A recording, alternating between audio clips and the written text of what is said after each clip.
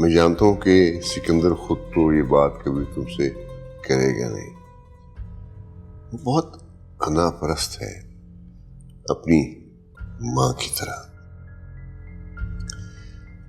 मगर मैं जानता हूं कि तुम ही हो जिस पे इतना भरोसा करता है। जी मैं ये जानती हूँ, लेकिन इसके बावजूद तुम इस सारी सूरत हाल को समझने की कोशिश नहीं कर रही। देखो मलिया बेटा, सिकंदर ने दुआ को अपनी जिंदगी का मकसद बना लिया है। ऐसे में क्या वो तुम्हारे साथ ठीक से जिंदगी गुजार सकेगा? क्या सारी सूरत हाल में तुम इग्नोर्ड फील नहीं कर रही? मैं क्या करूं अंकल, मुझे तो खुद समझ में नहीं आ रहा है। आप ही कोई हल बताएं।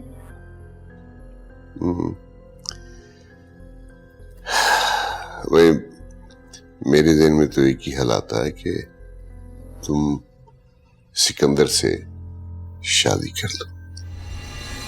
यही वो तरीका है जिसमें वो दुआ को भूल पाएगा। अदरवाइज दुआ उसकी जिंदगी को एमलेस बना देगी, बर्बाद कर देगी। और अफसोस है कि इस वक्त सिकंदर इस बात को समझने से कासिर है। मैं जानता हूं बेटा, मैं समझता हूं कि ये बात तुम्हारे लिए खासी मुश्किल होगी, लेकिन शायद मैं खुदगर्ज हो रहा हूं ये सोचते हुए कि मुझे यकीन है तुम्हारे सिवा कोई इन हालात में, इन सब चीजों के साथ, सिकंदर के साथ जिंदगी नहीं गुजार सकता।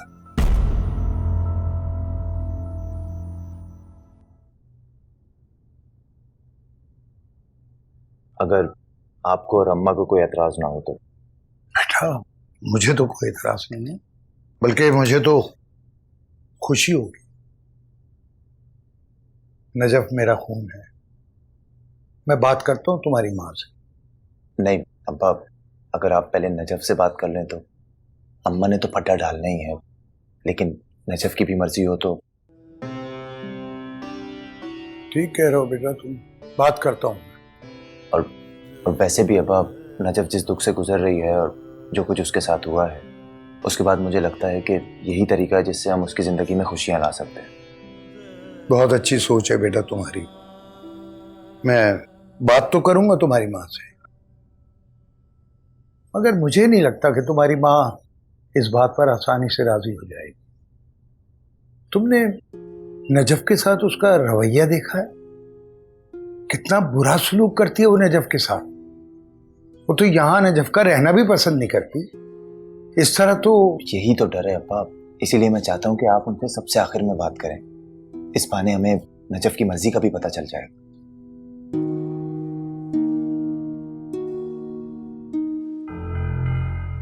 अगर तुम कहो तो मैं समीना से बात करूं। अंकल, मामा से बात करने से पहले आप सिकंदर से तो पूछें कि वो शादी करना चाहता भी है कि नहीं। अरे बेटा, सिकंदर की तुम फिक्र न करो, उसे मनाना मेरा काम है। तुम ये बताओ, तुम्हारी मामा से बात करूं? मामा की कुछ ऑब्जर्वेशंस हैं। वो समझती है कि मैं यहाँ दुआ की मौजूदगी में खुश नहीं रह पाऊंगी।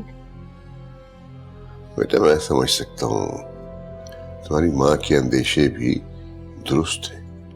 यही वक्त है उससे शादी करने का, क्योंकि शादी के मामलात में घुस के वो धीरे धीरे दुआ को भूल जाएगा और एक अच्छी जिंदगी गुजारने लगेगा, और तुम बड़ी कामयाबी से उसकी जिंदगी में अपनी जगह बना सकते हो। ठीक है, ठीक है, मैं तुम्हारी माँ से बात करता हूँ। मैं कुछ रोज के लिए दुबई जा रहा हूँ। माँ से आते ही मैं चाहूंगा कि मैं कोई फैसला, कुछ बात सुनूं जिससे हम सबकी जिंदगी बेहतर हो जाए।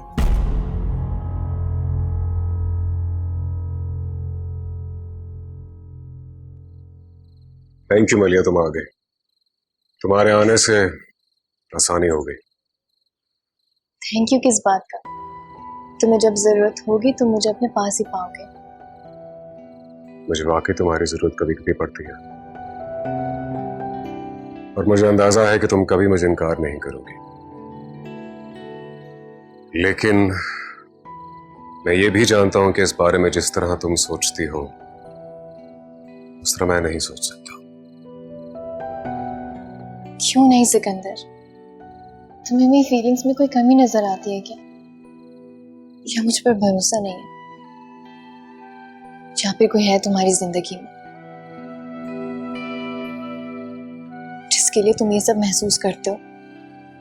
ऐसा कुछ नहीं है मलिया, बस तुम ये समझो कि इस वक्त मेरी जिंदगी में किसी और के लिए कोई जगह नहीं है। फिर मैं कोशिश करूंगी कि तुम्हारी जिंदगी में जगह बना सकूं।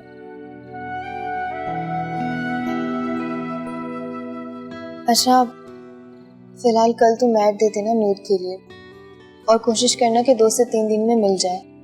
बहुत मुश्किल से मैंने खुर्शीद को रोक कर रखा हुआ है।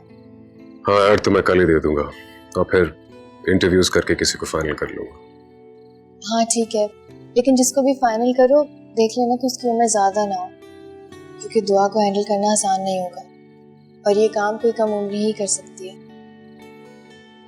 ऑलराइट।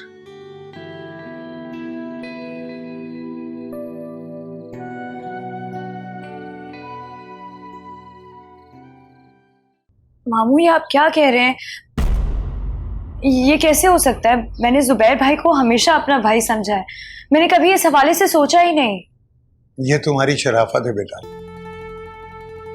तुम एक अच्छी लड़की हो, लेकिन क्या अब इस बारे में दोबारा नहीं सोचा जा सकता? क्या तुम जुबैर के साथ जिंदगी नहीं गुजार सकती? नहीं मामू, मैं अपनी सोच में मिलावट नहीं कर सकती। मैं जानती हूँ जुबैर भाई बहुत अच्छे हैं, एक बहुत अच्छे इंसान है, मेरे बहुत मुखलिस दोस्त हैं। वो एक ऐसे इंसान है मेरी जिंदगी में जिनके होने से मुझे हौसला मिलता है। ठीक है नजफ, बहुत अच्छा हुआ, बहुत अच्छा हुआ तुमने अपनी बात पूरी सच्चाई से मेरे सामने रखी। मुझे माफ कर दीजिए मामू अगर आपको मेरी कोई बात बुरी लगी हो। मैं जानती हूँ कि आप और जुबैर भाई मेरी भलाई के बारे में सोच रहे हैं, लेकिन ये मुमकिन नहीं है। अरे बेवकूफ लड़की, मैं तुम्हारी बुराई थोड़ी कर रहा हूं, तारीफ कर रहा हूं तुम्हारी। और मैंने तो कोई फैसला तुम पर मुसल्लत नहीं किया, मैंने तो सिर्फ फकत तुमसे राय ली थी।